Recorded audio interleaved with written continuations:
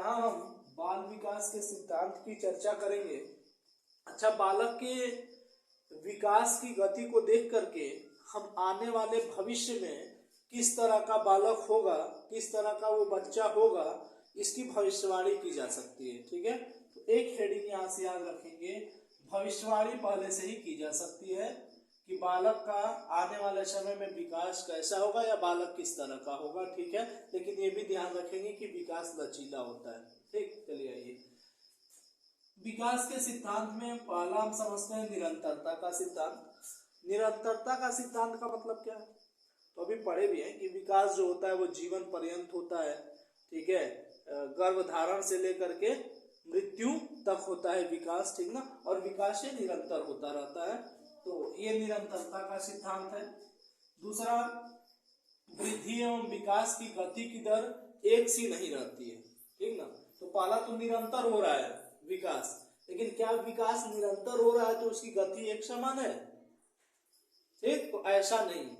ठीक ना, विकास जो है वो शैशवावस्था के शुरुआती दिनों में बहुत ज्यादा होता है विकास की गति, फिर वो धीरे पड़ने लगता है, फिर किशोरावस्था जैसे आता है फिर उस समय विकास तेज होता है। ठीक ना, बच्चों का ग्रोथ बढ़ने लगता है। ठीक है, वो सामाजिक भावना बढ़ने लगी तो उस समय फिर बड़ा तेज बढ़ता है, विकास बहुत तेज होता है, फिर मंद होने लगता है।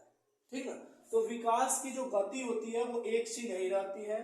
शैशवावस्था के शुरुआती दिनों में बहुत तेज होती है, फिर धीरे हो जाती है। ठीक ना, इसीलिए हम कहते हैं कि विकास जो है वो लंबवत न होकर के, लंबवत सीधा न होकर के क्या होता है तो वर्तुलाकार होता है। यहाँ देखिएगा विकास वर्तुलाकार होता है, तो यहाँ से इसको आप जोड़ सकते हैं। ठीक ना, अब देखिएगा जैसे ठीक है विकास तो निरंतर हो रहा है, लेकिन निरंतर जो है ठीक वो एक गति से नहीं हो रहा है, उसकी गति क्या है तो कभी तेज है कभी धीरे है। ठीक ना, तो यहाँ से ये याद रखेंगे, और जो उसका विकास होगा वो कैसा होगा, वर्तुलाकार होता है, तो ये याद रखिएगा। समान प्रतिमान का सिद्धांत है। समान प्रतिमान के सिद्धांत से क्या मतलब है, तो समान प्रतिमान का मतलब है कि अपने ही जात के अनुसार, ठीक ना, विकास का होना। जैसे बालक है, मनुष्य है तो मनुष्य जात के हिसाब से उसका विकास हो रहा है, जानवर है तो जानवरों के हिसाब से उसका विकास हो रहा है। ठीक ना, तो समान प्रतिमान का सीधा मतलब है कि अपनी जात के अनुसार क्या हो रहा है, विकास हो रहा है। तो ये ध्यान रखेंगे, मनुष्य का मनुष्य के हिसाब से विकास हो रहा है। अब देखिएगा विकास क्रम की एकरूपता। तो विकास किसी भी परिस्थिति में हो रही हो, लेकिन उसमें आपको एकरूपता देखने को मिलेगी। एकरूपता का क्या मतलब है, जैसे दो व्यक्ति हैं, ठीक ना, दोनों अलग अलग परिवेश में रह रहा है, कोई बड़ा अच्छे माहौल में रह रहा है, ठीक, कोई खराब माहौल में रह रहा है। मान लीजिए मैंने बड़ा अच्छा माहौल नहीं है, लेकिन शुरुआती दिनों में आप जब देखेंगे, जब बच्चा पैदा हुआ उसके बाद क्या, उसका विकास किधर से किधर हो रहा है, तो उसका विकास सिर से पैर की तरफ हो रहा है। मतलब पहले उसने सिर पे नियंत्रण करना सीखा, फिर हाथ पे नियंत्रण करना, फिर पैर पे नियंत्रण करना सीखा, फिर चलना सीखा। तो ये तो किसी भी परिस्थिति में रहे, दोनों में तो एक रूपता देखने को मिलेगी। दोनों ही बच्चे में ना ऐसा हो रहा है, ऐसा नहीं है कि जो अच्छे परिवेश में उसका वो पैर पे नियंत्रण पहले कर रहा है ना।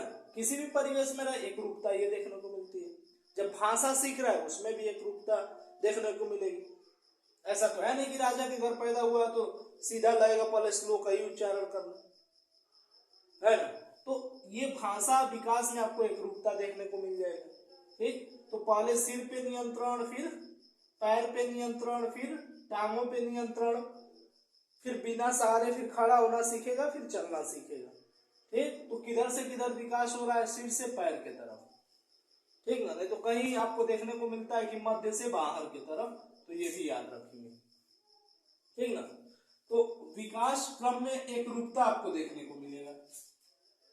और विकास हो किधर से रहा है, तो सामान्य से विशिष्ट की तरफ। ऐसा नहीं है पैदा होते ही लगा मैराथन दौड़ में दौड़ने, पहले वो सीखा होगा, ठीक ना, क्या बोलते हैं, बकैया खींचना सीखा होगा, फिर लड़खड़ा के चलना सीखा होगा, फिर ठीक है अच्छे से चलना सीखा होगा, फिर न दौड़ना सीखा होगा।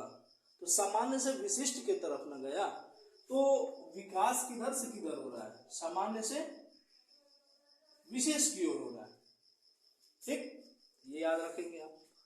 इसमें एक है परस्पर संबंध का सिद्धांत। परस्पर संबंध का सिद्धांत क्या है? तो विकास के जो आयाम अभी बताए थे आपको कि शारीरिक विकास, सामाजिक विकास, ठीक ना, भाषाई विकास, ये परस्पर एक दूसरे से संबंधित होते हैं। अब एक दूसरे से संबंधित होने का मतलब क्या? जैसे जिसकी हाइट बड़ी लंबी होती है, ठीक, वो बड़ा एटीट्यूड में रहता है, उसका सामाजिक विकास भी बढ़िया होता है, भाषाई विकास भी ठीक ठाक हो रहा है, माने हर तरह का विकास, ठीक ना, शारीरिक विकास प्रभावी कर रहा है। लेकिन शारीरिक रूप से कोई कमजोर है तो उसका मानसिक विकास भी बहुत नहीं हो पाता है सही से, है ना। तो ये ध्यान रखेंगे कि जो विकास के आयाम है वो एक दूसरे से क्या होते हैं? संबंधित होते हैं। परस्पर संबंध का सिद्धांत इसी को कहते हैं। विकास की दिशा का सिद्धांत। दिशा का मतलब, तो विकास की दिशा किधर से किधर चलती है, ठीक ना। तो सिर पे कंट्रोल, फिर हाथ पे, फिर टांग पे, फिर बिना सहारे चलना, फिर ऐसे मतलब बिना सहारे खड़े होना, फिर चलने लगना, ठीक ना। तो ये सिर से इधर के तरफ, पैर के तरफ आ रहा है। अरे बात समझ में। तो ये विकास की दिशा का सिद्धांत है। वर्तुलाकार अभी बताई है, ठीक। आंशिक पुनर्बलन का सिद्धांत के प्रतिपादक कौन है? आंशिक पुनर्बलन के सिद्धांत के प्रतिपादक है जॉन डोनाल्ड नील मिलर। लिख लीजिएगा, नोट कर लीजिएगा। आंशिक पुनर्बलन का सिद्धांत सतत पुनर्बलन से प्रभावी होता है। यह सीटेट का क्वेश्चन भी है। सतत पुनर्बलन से प्रभावी होता है आंशिक पुनर्बलन। और आंशिक पुनर्बलन का सिद्धांत किसने दिया? जॉन डोनाल्ड नील मिलर। जॉन डोनाल्ड नील मिलर, याद रखेंगे। एकीकरण का सिद्धांत।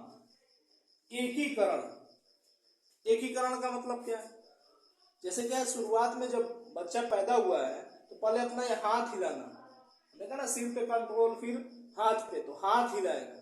हाथ के बाद उंगलियों पे कंट्रोल होगा, उसके बाद हाथ उंगली दोनों हिला सकता है एक साथ। एकीकरण हो गया, ठीक। मोकैम्बो खुश हुआ, है ना। ये एकीकरण का सिद्धांत। ये तो एकीकरण का सिद्धांत आप यहां से याद रखेंगे, ठीक ना। तो निरंतरता का सिद्धांत, समान प्रतिमान का सिद्धांत, परस्पर संबंध का सिद्धांत, ये दिशा याद रखिएगा, ठीक है ना।